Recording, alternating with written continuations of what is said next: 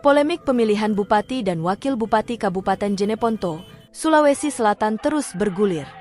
Pemungutan suara ulang atau PSU jadi persoalan. Pihak paslon lain bahkan menggelar aksi di kantor Bawaslu Jeneponto. Hal ini setelah rekomendasi PSU yang dikeluarkan oleh Panwas Kecamatan Kelara ditolak Panitia Pemilihan Kecamatan atau PPK Kelara. Adapun rekomendasi PSU dikeluarkan Panwascam Kelara, yakni TPS 005 Tolo Barat dan TPS 001 Tolo Selatan. Kedua TPS itu berada di wilayah Kecamatan Kelara, Jeneponto.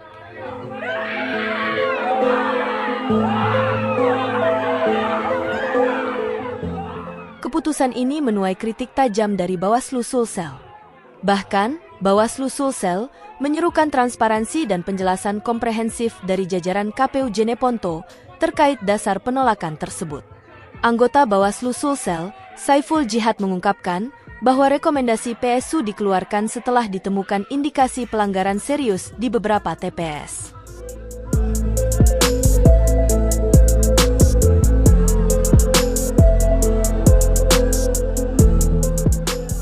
Saiful Jihad sangat heran dengan pernyataan PPK Kelara, menyatakan bahwa tidak ada syarat untuk dilaksanakannya PSU dalam kajian mereka. Padahal, dalam kajian Bawaslu, PSU justru dianggap bersyarat untuk dilaksanakan karena ditemukan adanya pemilih yang seharusnya tidak berhak memilih di TPS tersebut. Saiful Jihad menilai penolakan ini kurang berdasar.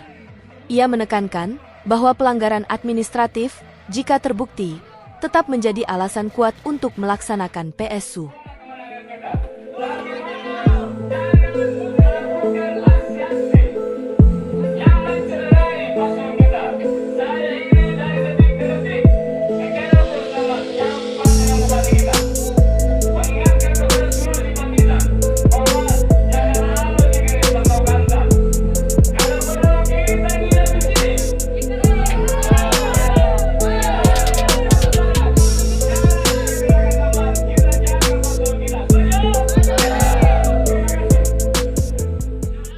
Download Tribun X sekarang, menghadirkan lokal menjadi Indonesia.